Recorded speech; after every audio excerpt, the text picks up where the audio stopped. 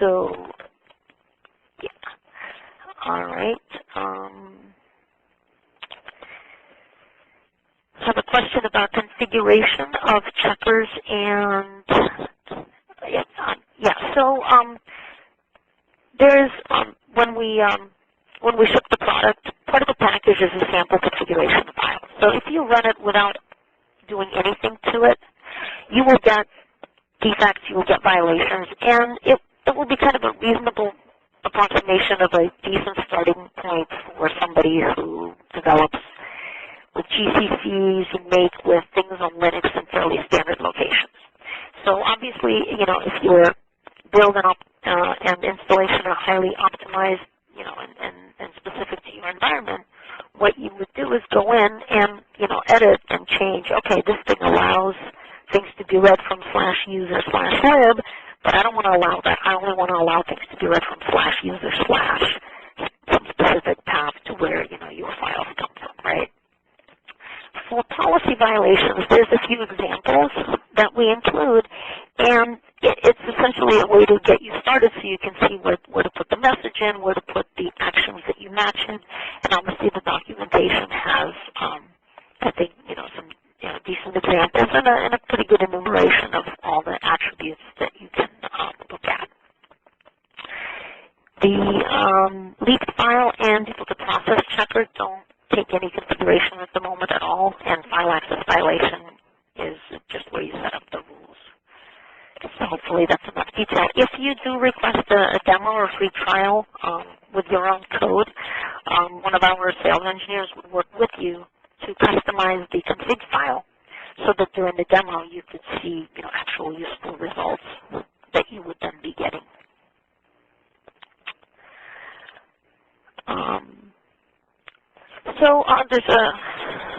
There's a whole bunch of questions.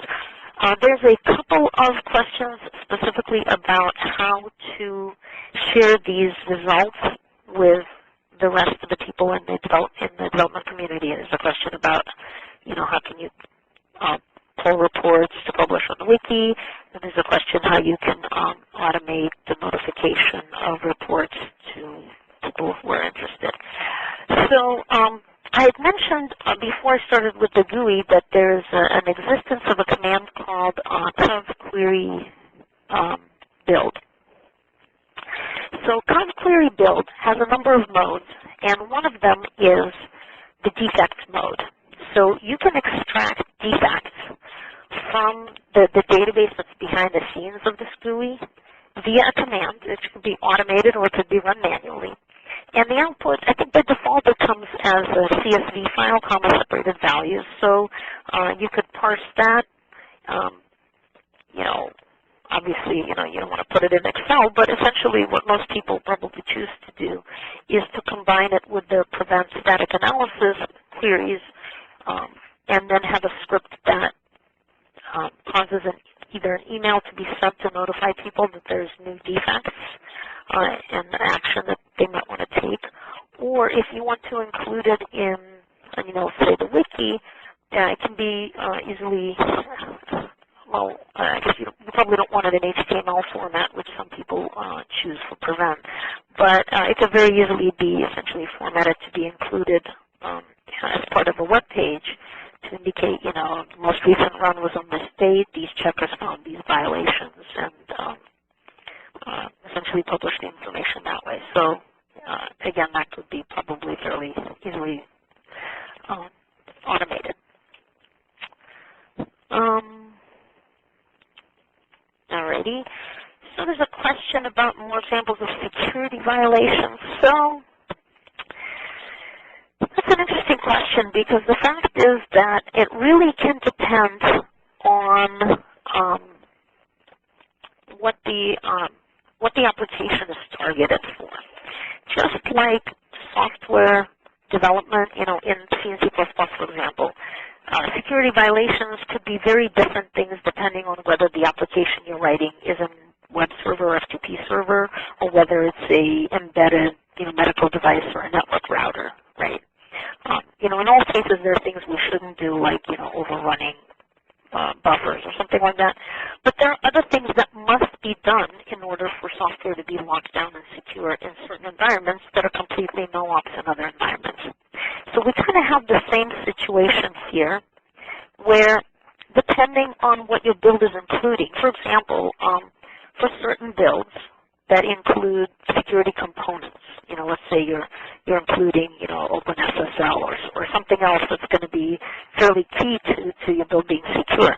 You want to make sure that you don't inadvertently include an old version, a new version, a version other than one that's been approved, validated, verified, right? Verification is extremely key to, a lot of industries, a lot of verticals. And simply not being able to validate that, in fact, we delivered the version that was verified and approved can be a serious problem. On the other hand, the example I showed here, where a particular flag on the compilation, because of the nature of the code, is not safe to use because it will optimize away code that's there to assure security. We have a couple of examples that will come with our config file, and there's a white paper that we got somewhere that I'm sure you can either download from our website or request from sales@Coverity.com that talks about some of the other use cases.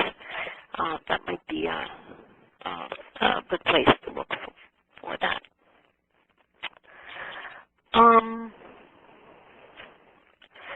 Well, I've got a whole bunch of questions here.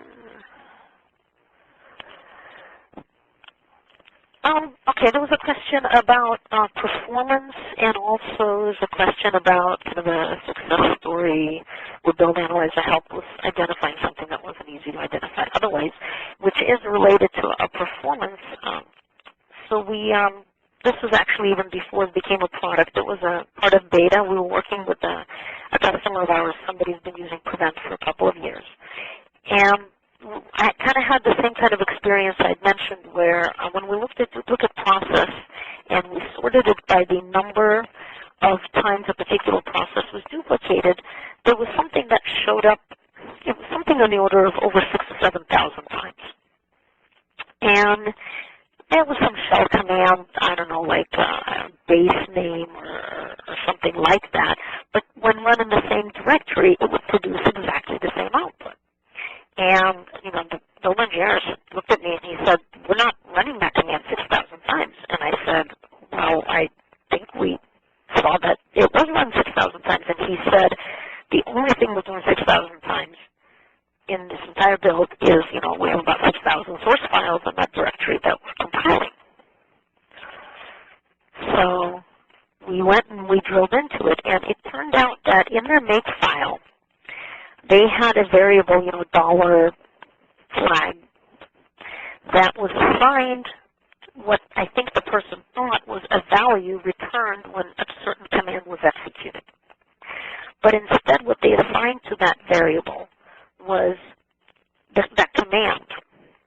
So instead of having that command run once, resolve to a string, assign that string to a make variable, which was then used as a flag to GCC.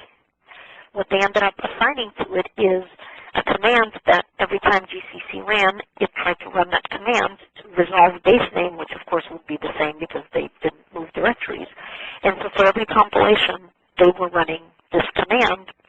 And each one of those commands, in the hotspots, it obviously it showed that it was 0. It was like 0.0 something percent of total execution time. But 5,600 of them, even so, right, when they fixed it, it didn't make their build go 50% faster because obviously compilation of a file is much slower than a single